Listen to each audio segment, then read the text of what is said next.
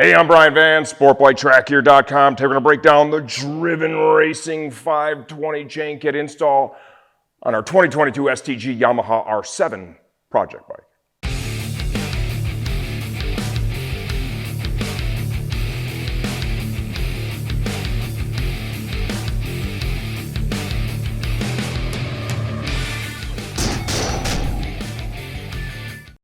Well, this is going to be a video that's going to be long, like the clip-on video, because we're going to show you all kinds of stuff. It's going to take Lucas a bunch of time to edit this one. I love doing these because I know it irritates the shit out of him. This is not the most complicated thing in the world. It's not. You follow the steps outlined in here, you're going to get a good result. It's going to turn out great, right? If you don't feel comfortable doing it, I'm going to say this twice in this video, take it to a licensed motorcycle technician. Why am I giving you that warning, you say? Well, see this sprocket? This sprocket is under a month old. It was returned to us by an individual who bought a defective chain kit from eBay. There's nothing defective here.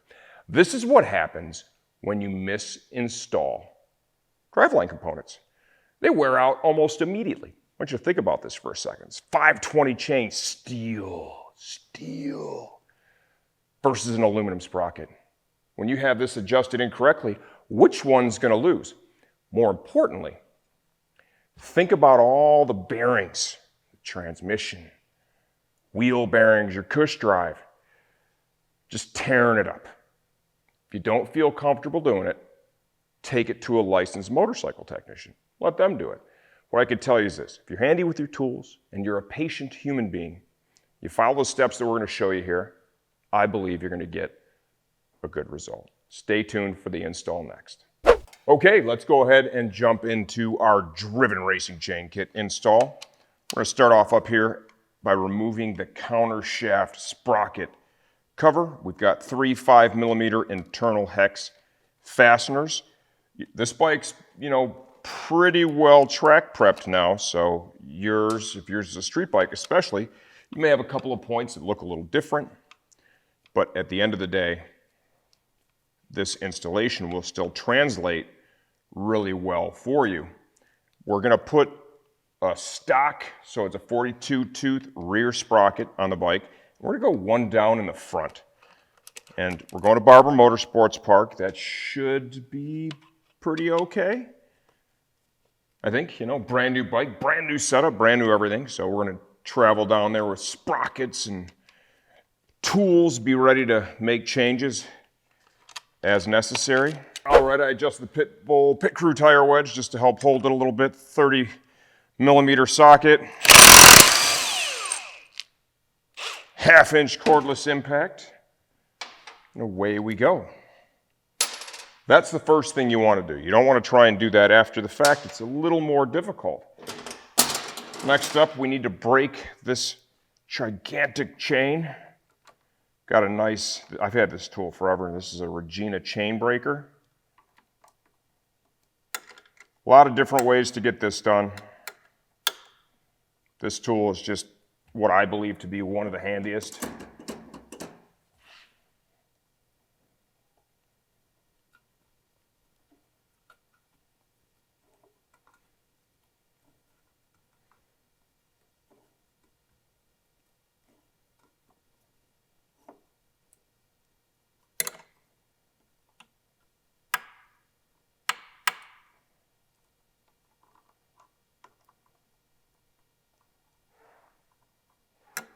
You need to make sure that you're breaking both rivets on one plate. It'll make sense once we get this off and give you a look at it.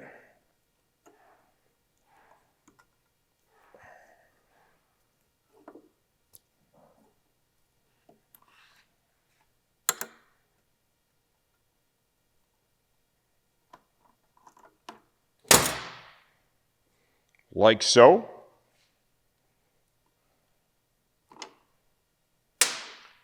That allows you to remove an entire link.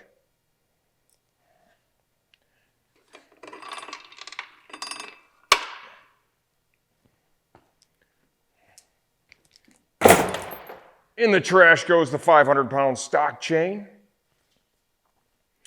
Let's go ahead and pull that rear wheel off now.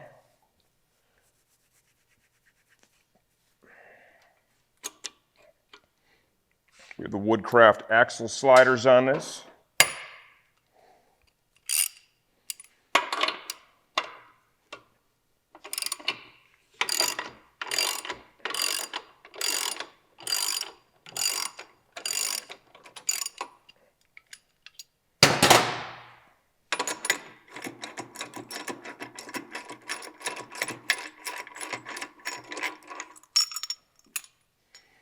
Lots of room there with that axle. I think, you know, just looking at it right out of the gate, probably going to lengthen that just a little bit.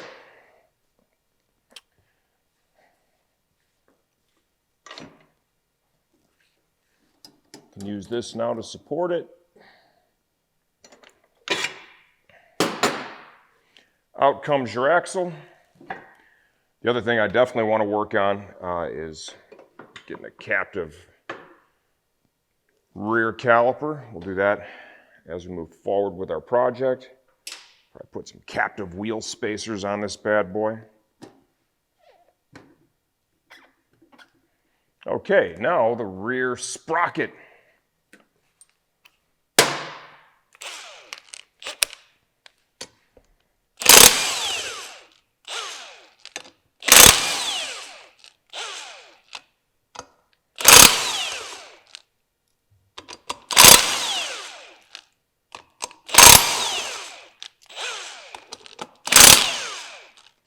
This little ring on the outside, that's put on there in case the chain gets too loose and tries to jump off the sprocket. That is going to find its way to the garbage. Just like all this stuff.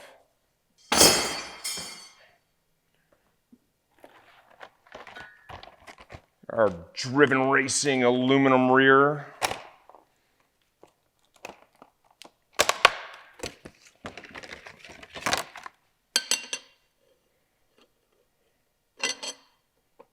Look at that. While we're at it, why not put on a set of driven racing sprocket nuts?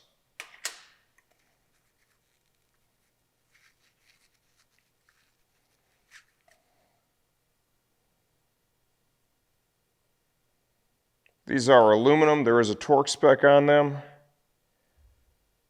Pretty darn sure that says 29 foot-pounds.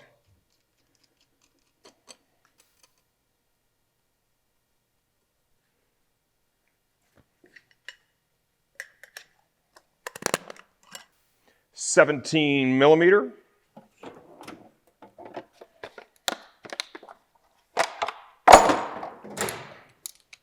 What the hell?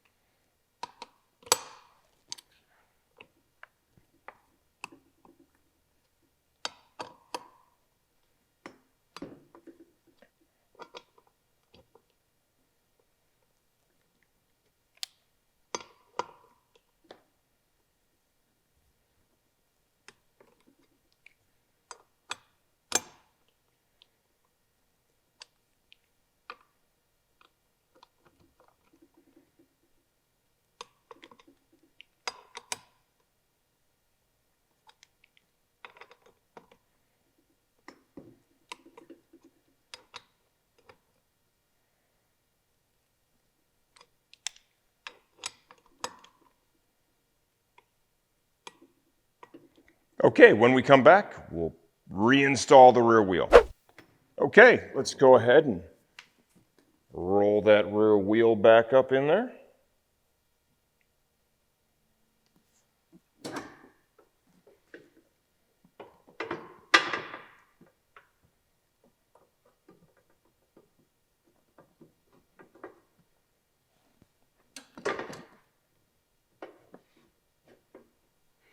One of the things that I like to do is I like to lubricate the axles anytime I pull them out before I slide them back in. It's a little Maxima MPPL. It's a kind of a better version, if you will, of WD-40-like product.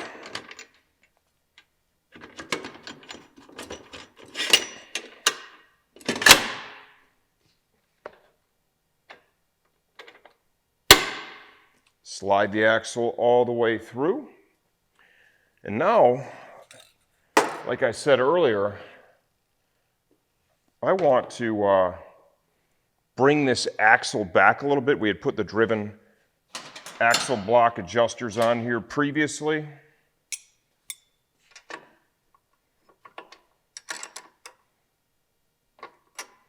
Break the jam nut loose.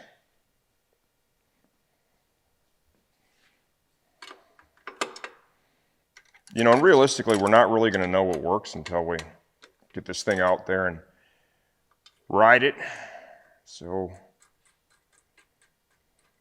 we're in that experimentation phase. Okay, let's go ahead and move that axle back a little bit. We'll try and do this evenly. You know, of course, everything will be reset and measured. 1, 2, 3, 4, and 5. Let's see what that gets us.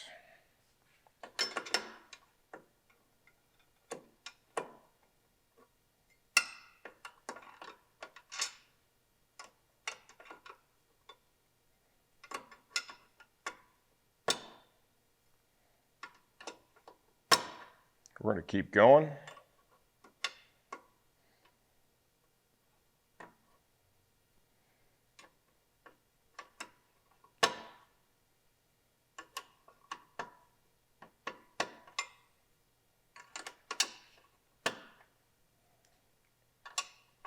Go 5 more.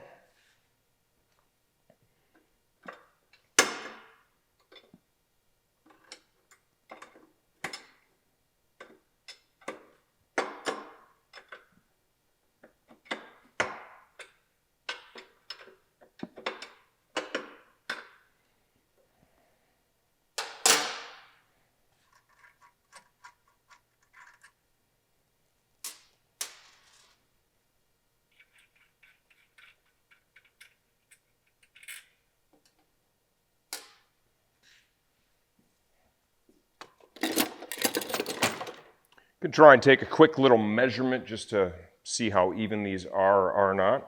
Grab the steel rule, just kind of see how even they are. Actually not bad. Pretty darn even. Okay, here's your new sprocket. You can see one side has a shoulder, the other side does not. How do you decide which way to install it? With the letters out or the letters in? And there are circumstances, there's bikes where the letters will be in and others where it'll end up out. Take your stock sprocket. You can't just sit it flat on the bench, right? Because there is this rubber damper. So set it down on a socket like that. And let's get a measurement. Looks like about 46 mils.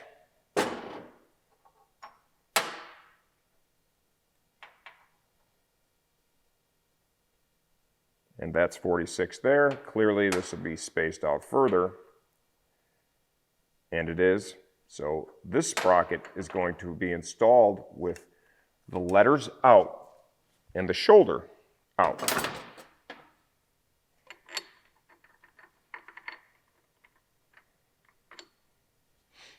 Like so.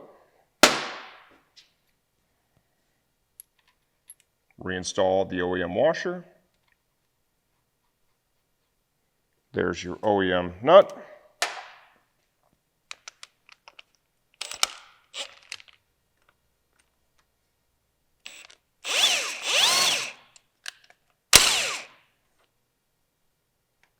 Okay. Slide the OEM nut on, just barely started, and then go ahead and there's different ways to do this. You can, after you have the chain on, right, you can block the rear wheel. This is the easiest way. Like so, just a couple of quick wraps. And then the style of lock nut they use here, you use a punch and a hammer to collapse those outer edges just a little bit. I'll show you that right now. That's going to ensure that it is not going to come loose.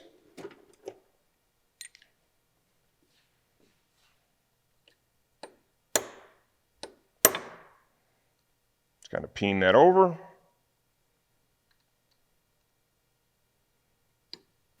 And you can actually see the factory mark where it was peened the first time, ended up right back on that groove, so our front sprocket is installed. Okay, full disclosure, I cleaned up the chain just a wee little bit. There was a tremendous amount of wax, like any other new chain, on this bad boy, and it's just nasty. Let's go ahead and get this rolled over the sprockets, and we can, it's funny, man, I've been dealing with this 415 chain now for the last couple of years on Max's bikes, and funny how different a 520 feels. All the resistance of the O-rings, like that 415 is just crazy.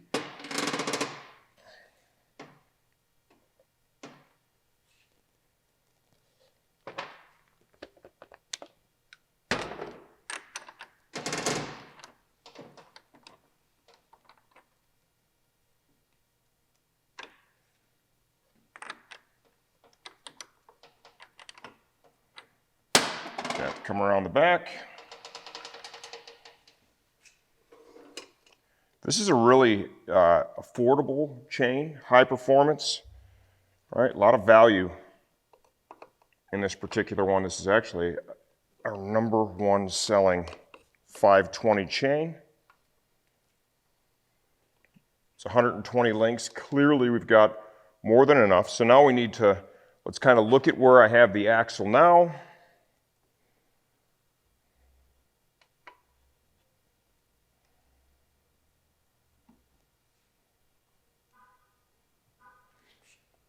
Determine if I want to bring this back any further, and then we can cut the chain to length for the first time. Okay, so, you know, we're shooting this video over the course of 2 days. I got a lot of stuff going on. We're trying to get out of here to get to Barber. So there's a couple of things I did last night while we were here working on the Ninjas, and we'll explain what we did. Cutting the chain to length. I wanted to get the axle in a certain position that made the most sense for chain length. So I'm thinking about my gearing. I got stock gearing. I know that if you're rolling, it's going to go 139 miles an hour, right?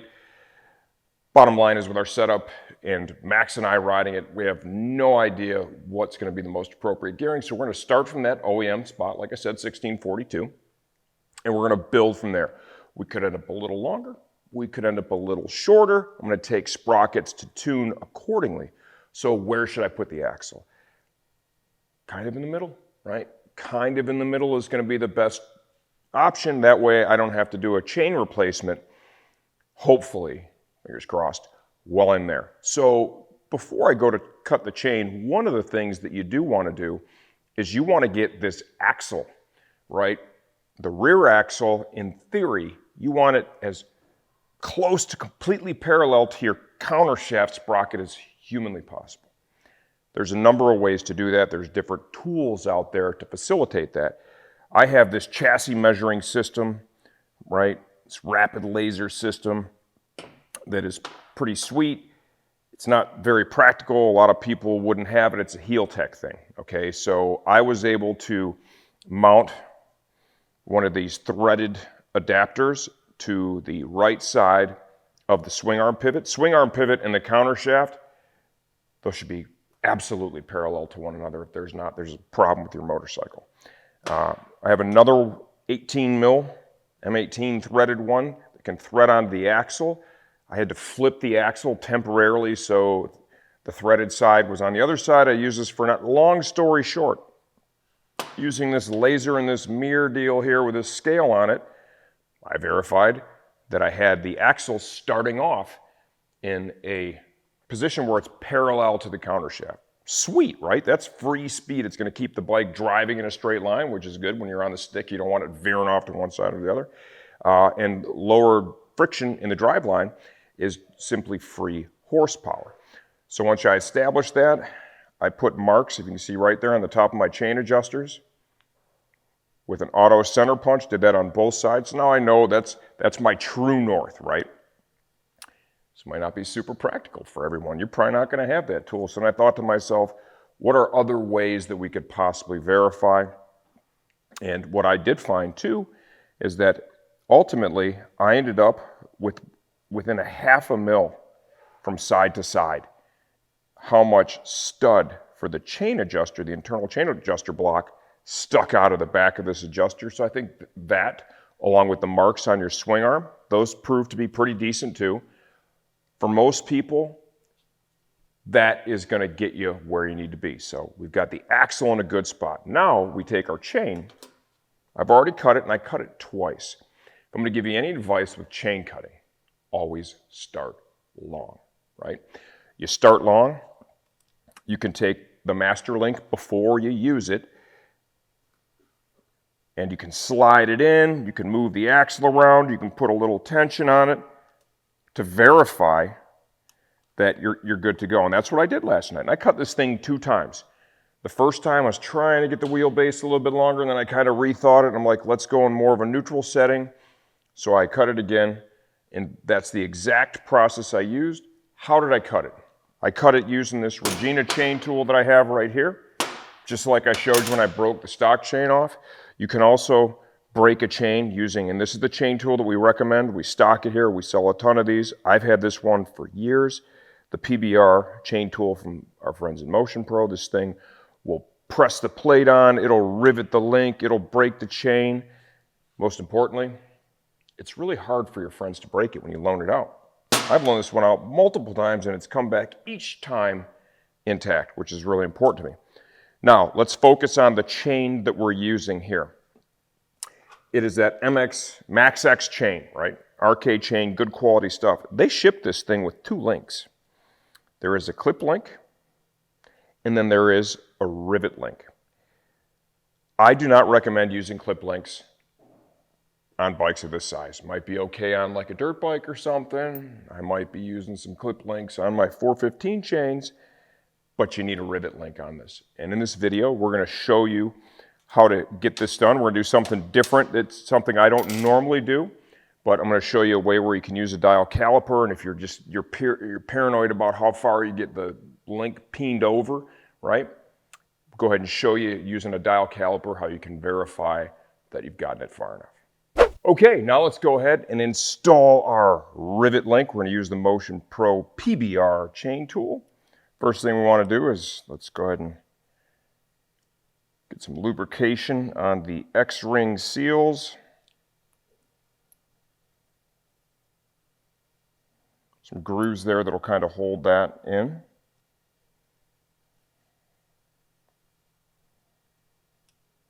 Once you get those bad boys on there, let's go ahead and take this is supplied in the link. Same lube, kind of push it in through the hole there. It'll also lubricate the backside, a little bit of the chain where the seal will touch it. Put a little bit up on the front here.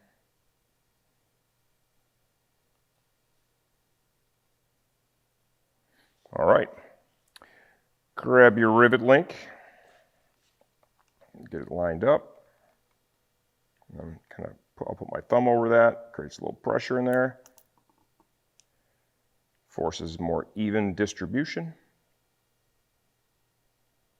There you go. Now we'll lube up the outer seals, slide those over.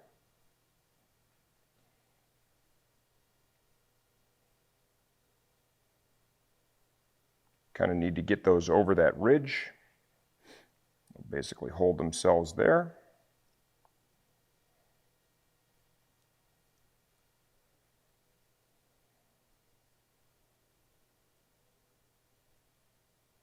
Like so. Let's grab our outer plate from the rivet link. Get it started by hand, and when we come back, we'll be using that PBR chain tool to press the outer plate over. Okay, got our tool set to press. This is our best-selling chain tool for a number of reasons. So good you can loan it to your friends, and when they give it back, it typically won't be broken. It's like the Achilles heel of every chain tool. You loan it to your buddy, hey man, can I use your chain tool? Got a chain kit. And then they break your tool. This one is excellent, easy to use, long lasting.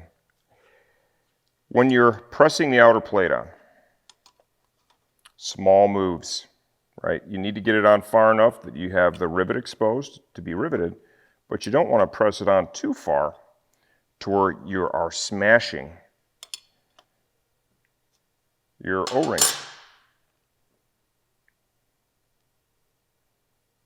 So if there's any spot where you kind of go slow to go fast, this is it.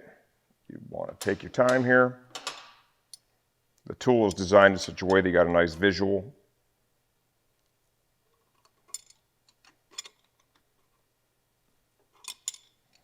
And you can just see now, let me lighten this up a little bit. You can see now that rivet's just starting to peek through. You can see it on both sides.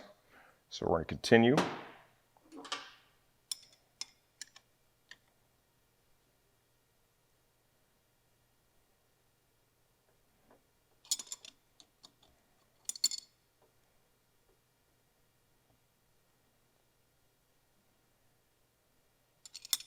Or just a tiny bit more.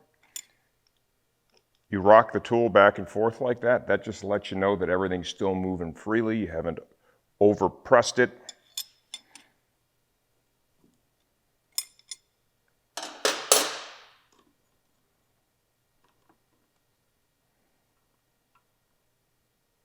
Go ahead and take that off.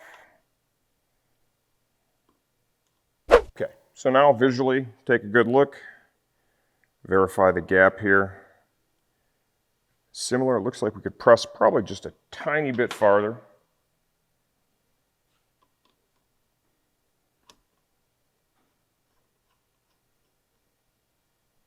Get your tool back into position. Make sure that the stud has cleared the tool itself.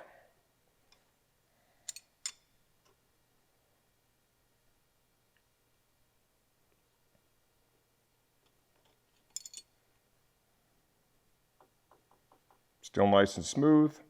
Our O-rings still look good. They're not squeezing out.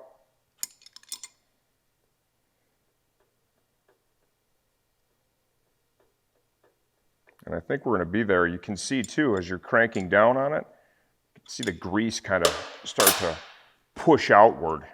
And that lets you know that that O-ring's in there being compressed.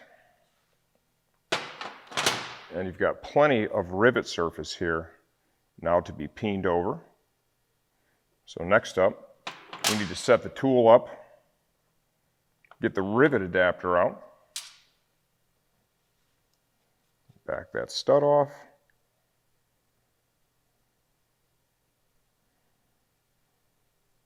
put this thing to rivet. You can see how the R is lined up with rivet.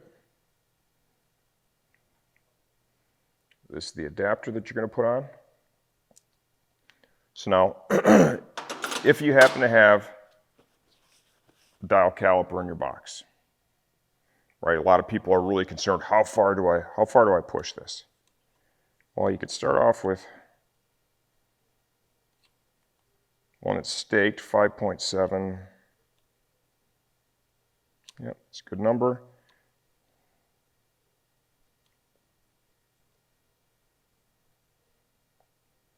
About 5.2, 5.25. So we know the starting point. We know where, and these are a little bit of a different style. These are staked. This is going to be riveted.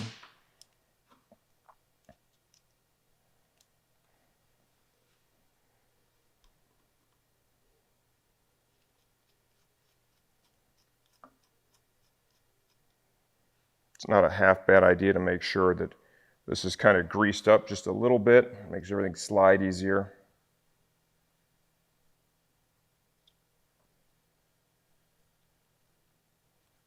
Put a little bit in there. You're going to catch the hole in this plate on the back side of the rivet. So all you're compressing here is going to be just the rivet. You're not catching the plate at all.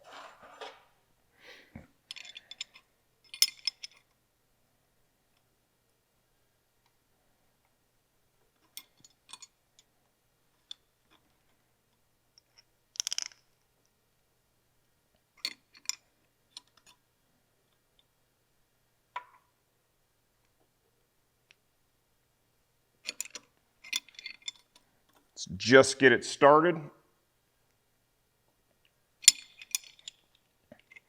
You don't want to go so far that you rivet it to the point where it starts to break.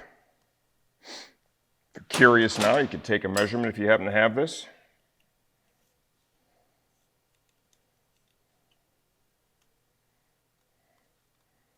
Okay, so we went just a little bit.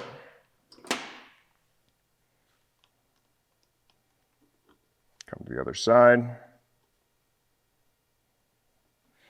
Patience here is going to save you from ordering a second rivet link. Make sure you got the tool lined up.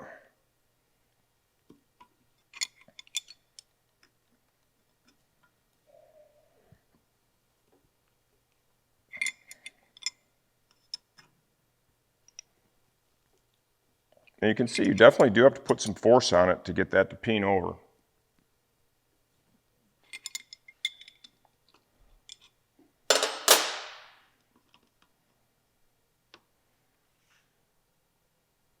That one looks like it went a little bit farther.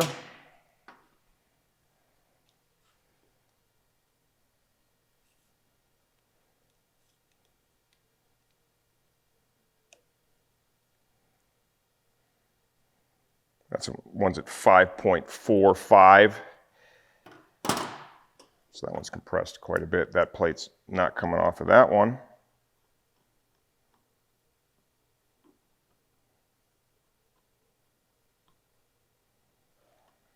The other one definitely needs to go a little bit more. So, like I said, this is the spot where you take your time. When we come back, we're going to have this all done, and I'll show you how to double check and make sure everything moves freely. Okay, we're done. So, double checking it. I put the PBR tool back in the press mode where it presses the outer plate on, okay? Didn't really tighten it at all, you know, just kind of hand tight. And I'm wiggling the link that I just did back and forth. So why am I doing this? Just make sure that one is moving freely. That's the one that you worked on. You would only take this step if you're just nervous. If you haven't done this before, if you haven't done this a lot, and you just want to make sure that you're not going to have any problems, you can do that. See what we ended up with.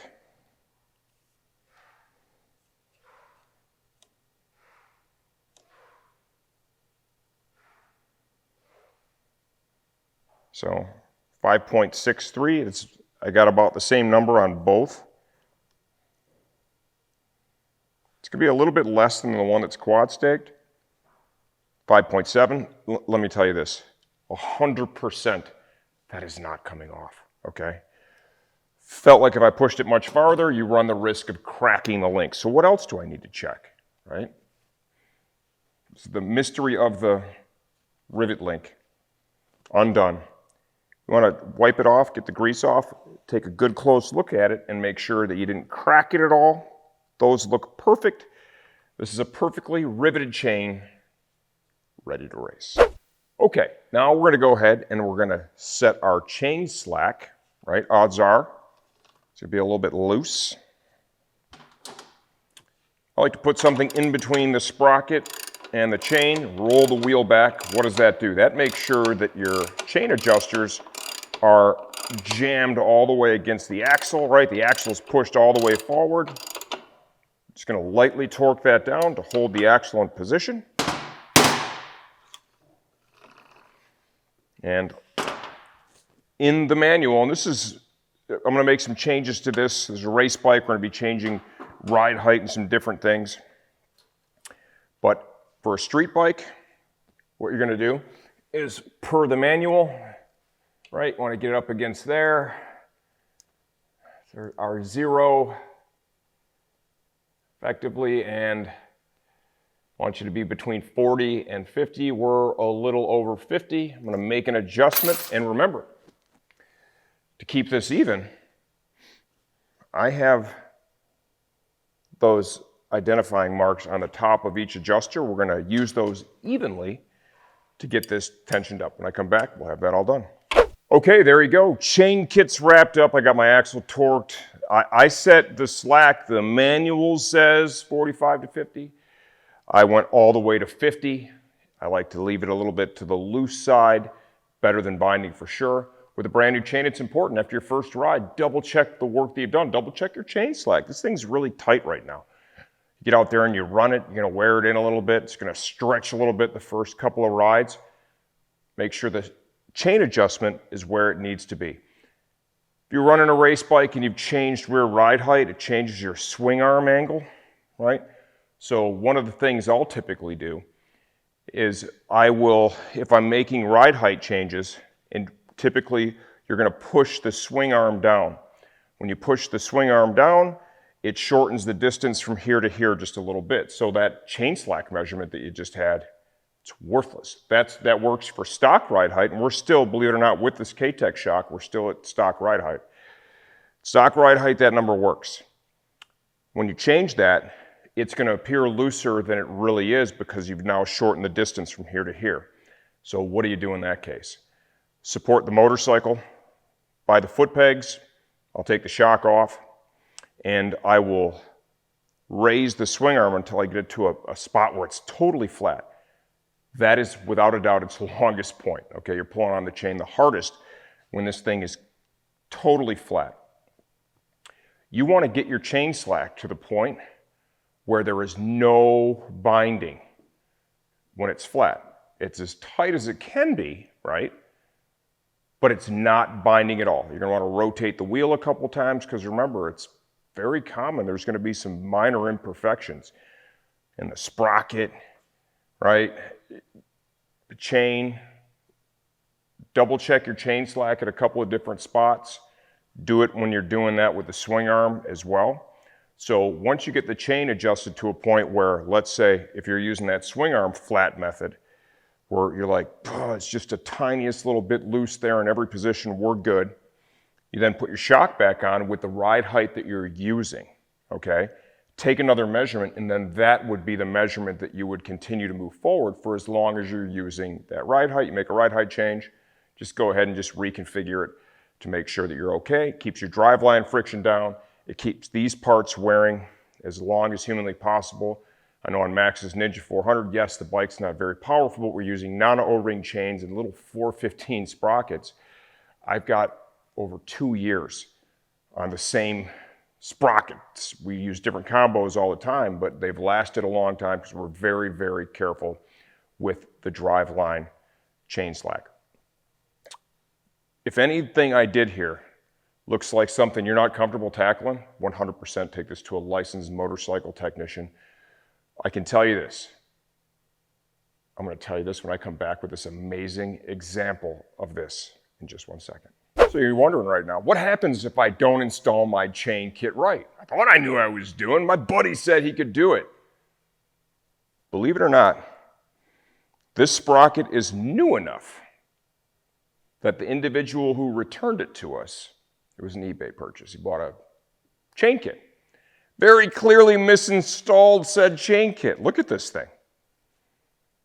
Ate this in under a month.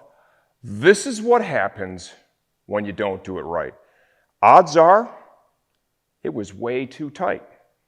You got a steel chain that's too tight against an aluminum sprocket, right? And just think about it.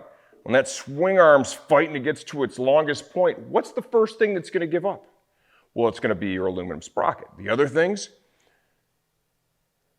bearings in the trans, bearings in the wheels, hard on everything.